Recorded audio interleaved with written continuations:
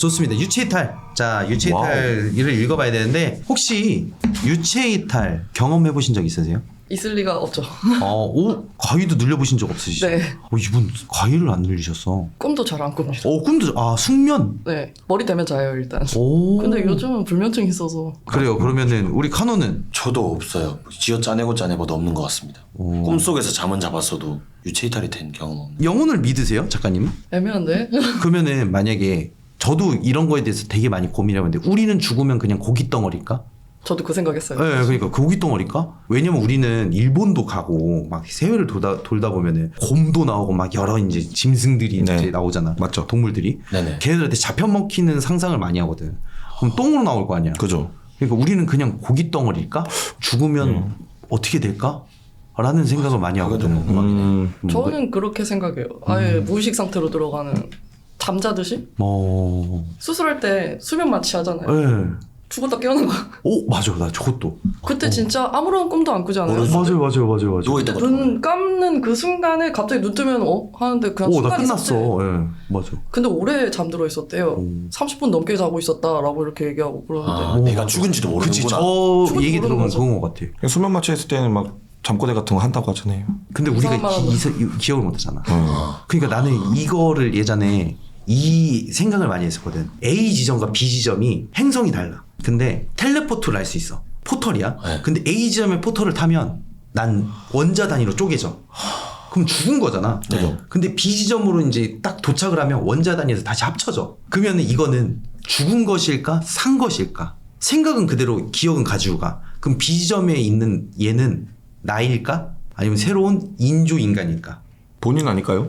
다시 합쳐지는 거면 본인 아닐까요? 그러면 A 지점에서 그러면 원자 단위로 복사가 되고 얘는 죽어요. 그럼 B 지점의 원자 단위로 다시 3D 프린터 뽑아내는 거야. 전부 다 하나도 틀림없이 기억도 다 가지고 있어. 그렇게 되면 이제 B 지점에 딱 도착했어. 그러면 전 죽은 걸까요? 산 걸까요? 사는 거죠. 그러니까 이게 되게 어렵더라고. 죽어도 살아나는 거니까. 영혼이라는 게 과연 존재하는가? 그거 사실상 되게 궁금하잖아요. 네, 사실. 맞아요. 궁금해요, 근데 진짜. 이 지구는 어떻게 돌아가는 거야? 이 만물의 우주는 이렇게 어떻게 돌아가는 네. 건가? 되게 궁금하잖아요. 맞아요. 네. 진짜 궁금합니다. 근데 저는 정답을 찾았죠. 뭐죠? 안 알려드려요. 네. 네. 알고 싶긴 하다. 네, 죽기 전에 자서전에 쓰겠습니다. 제목은 적두. 거기서 많이 들어봤는데. 자, 그러면은 일단은 뭐 저희가 유체 이탈에 대해서 얘기를 해봤는데 이삼희 작가님이 한 명 골라주셔야 되는데 지금 앞에 있는 두 남자가 있잖아요. 만약에 작가님이 웹툰 캐릭터를 그려야 해요. 그러면 둘 중에 어떤 사람이 더 캐릭터성이 있어 보이세요?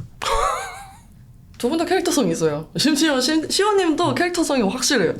저는 확실하죠. 네. 난 이 사람이 더 캐릭터성이 그래도 조금은 1이라도 더 있다라는 사람을 뽑아주시면 돼요. 저는 네네. 일단 그림 실력이 그렇게 뛰어나지 않아요. 근데 대신 캐릭터성으로 승부를 하는 네, 그죠, 건데 보통 제 만화에는 감초가 많이 나와요. 좀 분위기를 좀 환기시키고 아이스 브레이킹하는 그런 캐릭터들이 많이 나오는데 댕지님 그죠. 실없는 소리하고 네. 그림 치고 그러다 한 대 맞고 막 그런 캐릭터. 좋습니다. 우리 그러면은 캐릭터성 있는 뱅진이가 사연 한번 읽어보도록 하겠습니다. 유체 이탈이네요. 와, 좋습니다. 흥미롭습니다. 네.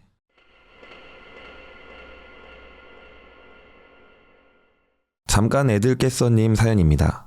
제가 어릴 적 겪었던 일에 대해 이야기해볼까 합니다. 어릴 때 총 2번의 이사를 했습니다. 이사 전 첫 번째 집에선 간혹 가위에 눌리다가 두 번째 집에선 전혀 눌리지 않았어요. 그러다 문제의 세 번째 집에 들어가고부터 심하면 목숨까지 위태로울 일을 겪었습니다. 세 번째 집은 빌라 1층이었지만 높은 축대가 있는 산밑이라 햇빛이 거의 들어오지 않는 곳이었어요. 낮에도 형광등을 켜야 할 정도로 음침했습니다. 안방은 부모님이, 작은 방은 동생과 제가, 그리고 더 작은 방은 언니가 썼어요. 나이가 가장 많다는 이유로 언니가 독방을 썼는데 어릴 때는 그런 언니가 왜 그렇게 부러웠는지 모르겠습니다. 그러다 언니가 수학여행을 가 이틀 정도 집을 비워야 할 때가 있었습니다. 언니가 없는 동안은 언니 방을 쓰겠다니까 부모님도 흔쾌히 그러라 했어요. 거의 난생 처음 혼자 방에서 잔다니까 무척 기분이 들떴습니다. 방 안의 물건은 죄다 언니 소유였지만 동생과 떨어져 내 방이 생긴 기분이었거든요. 미소를 지으며 푹신한 이불에 몸을 맡겼습니다. 언제 잠들었는지도 모르겠어요. 그렇게 얼마나 잤을까? 갑자기 몸이 밧줄에 묶인 듯 전혀 움직여지지 않았습니다. 그러면서 마치 늪으로 빨려 들어가는 듯한 느낌이 순간적으로 들었습니다.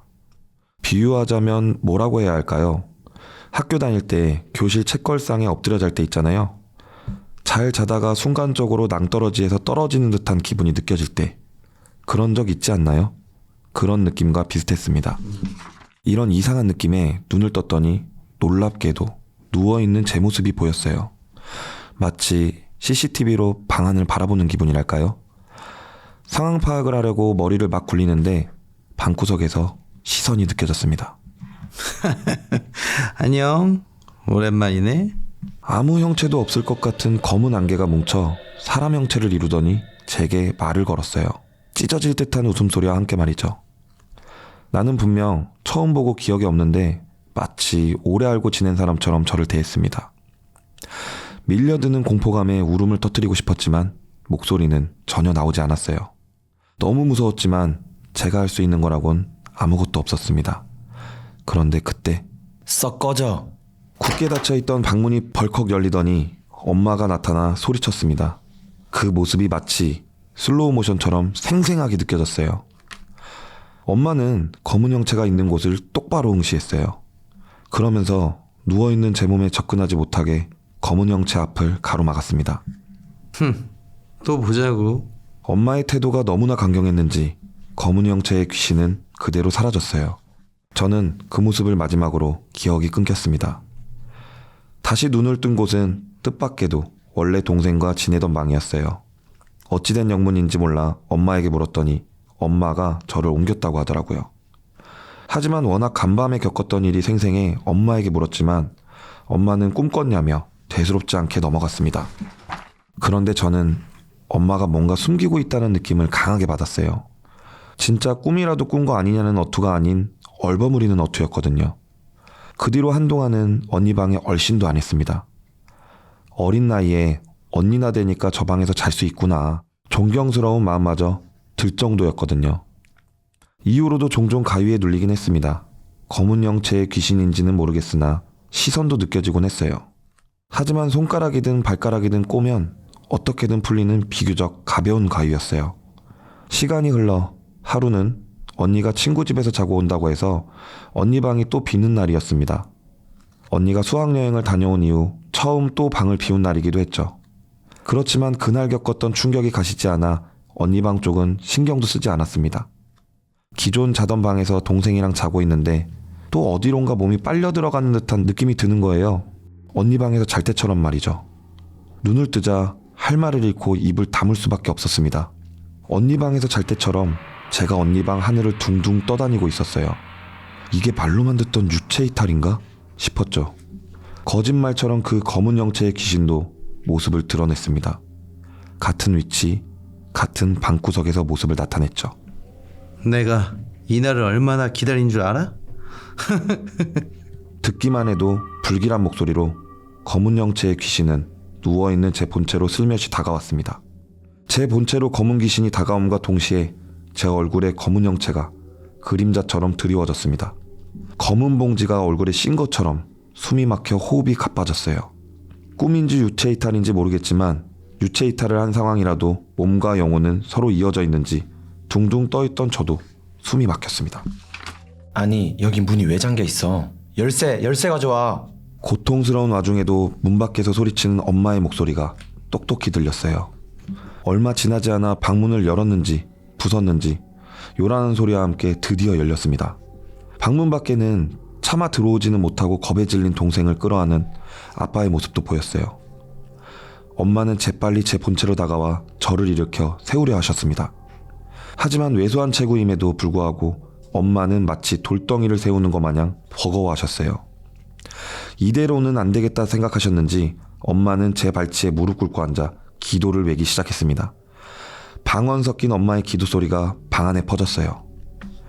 그러자 신기하게도 제 본체에 드리웠던 검은 연기의 그림자가 점점 옅어지기 시작했어요. 검은 형체의 귀신도 타깃을 엄마로 바꿔 죽일 듯이 노려보며 분노했습니다. 니년이 두고 봐. 내가 가만 안 둘 테니까. 귀신은 엄마를 저주하며 점점 소멸했습니다. 귀신이 사라지자 엄마는 곧바로 제 본체로 다가와 절 안아주셨습니다. 제가 바라보는 본체는 금방이라도 죽을 듯 숨을 헐떡였어요. 괜찮아. 이제 괜찮아. 엄마야 괜찮아. 그 기억을 마지막으로 저는 정신을 잃었습니다. 다시 정신을 차린 곳은 뜻밖에도 응급실이었어요. 처음 정신을 차렸을 때는 내가 정말 꿈을 꾼 건가? 유체 이탈을 한 건가? 긴가민가 하더라고요. 그렇지만 그날 느꼈던 엄마의 손떨림, 심장소리, 목소리는 아직도 선명하게 기억합니다. 엄마에게 겪었던 이야기를 꺼내놓았지만 엄마는 듣고도 아무 말도 하지 않으셨어요. 또 퇴원 후 집에 돌아가니 언니 방문이 새 걸로 교체되었더라고요. 엄마 말로는 아빠가 약주를 하고 와 방문을 걷어차 망가졌다고 하시는데 저는 그 말을 믿지 않았습니다. 검은 영체의 저주 때문일까요? 엄마는 불과 4년 만에 간암 판정을 받으시고 얼마 안가 세상을 떠나셨습니다. 만약이라는 가정을 별로 좋아하지는 않지만 만약 엄마가 저를 그렇게 지켜주지 않았다면 제가 무사했을까요? 라는 생각을 종종 합니다. 또 그럴 때마다 엄마에게 죄송하고 너무 슬픕니다. 마지막으로 저는 분명 원래 자던 방에서 잤는데 왜 그날 언니 방에서 자고 있었을까요? 아직도 개인적으로 남아있는 미스테리입니다.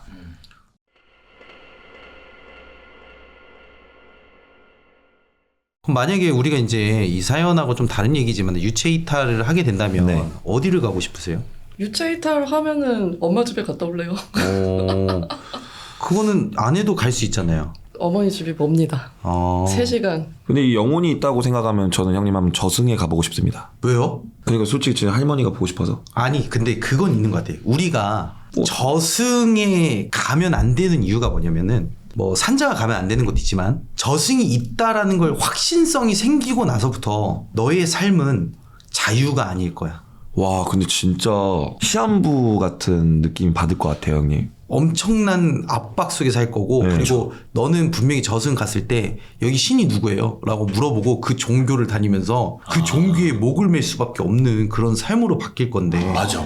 오히려 모르는 게 낫지 않아요? 모르는 편이 낫다는 말이 있잖아. 한 예로 영화에서 나왔던 건데 사후세계가 있다라는 게 확실시 된 세계야. 그때부터 자살률이 엄청나게 폭증한 거야. 와. 이 세계를 벗어나려고. 그러니까 이제 확실히 사후세계를 부정하는 게 더 옳다라는 거죠. 저는 제 생각에서는. 그래서 저도 귀신이 있는지 없는지에 대해서 얘기를 안 해주잖아요. 확실히 개인적인 생각만 가지고 있으면 돼요. 그거를 전파하는 순간부터 이 사람한테는 안 좋은 선택이 되거든. 저주 얘기가 나왔었잖아요. 우리 네네네. 최근에. 제보자분 어머니도 저주에 받아서 돌아가신 건 아니겠죠. 안 네. 했으면 좋겠는데. 그것 때문은 아니었으면 좋긴 한데 혹시나 하는 마음이잖아요. 제보자님 입장에서는.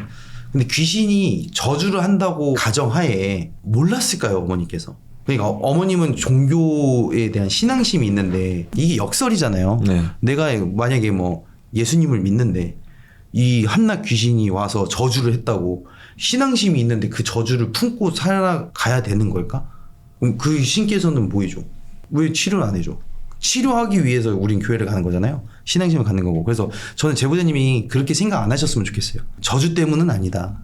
라고 이렇게 얘기하고 싶은 거죠, 사실. 네. 이 악귀잖아요. 네. 이 정도면. 네. 그러면은 이 사연자분을 조금씩 잠식시켜가지고 네. 끌고 와서 이 몸을 차지하려고 한 건지 가위가 눌린 것도 결국엔 이 악귀가 의도해서 이렇게 해가지고 몸을 차지하려고 한 건지 이런 것도 가능은 한 건지 좀 그게 궁금해요. 그게 이제 여러 작품에서도 나왔지만은 무속신앙에서는 네.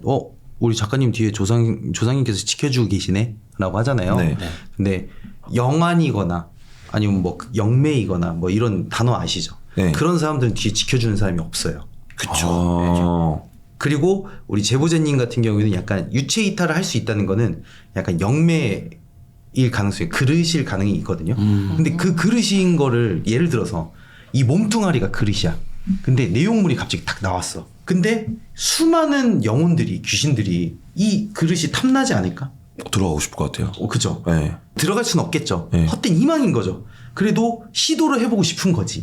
그러다 보니까 이제 계속 이제 이 그릇에 들어가기 위해서 얘를 끊어내기 위해서 이제 많이 하는 건데 끊어내는 방법은 뭐가 있냐면은 보통 우리가 야, 너 영혼 없어. 라고 얘기를 하잖아요. 네. 사는 게 사는 것 같지 않게끔 만들어 놓고 자기가 그 정신을 지배하려고 하는 케이스거든요, 사실.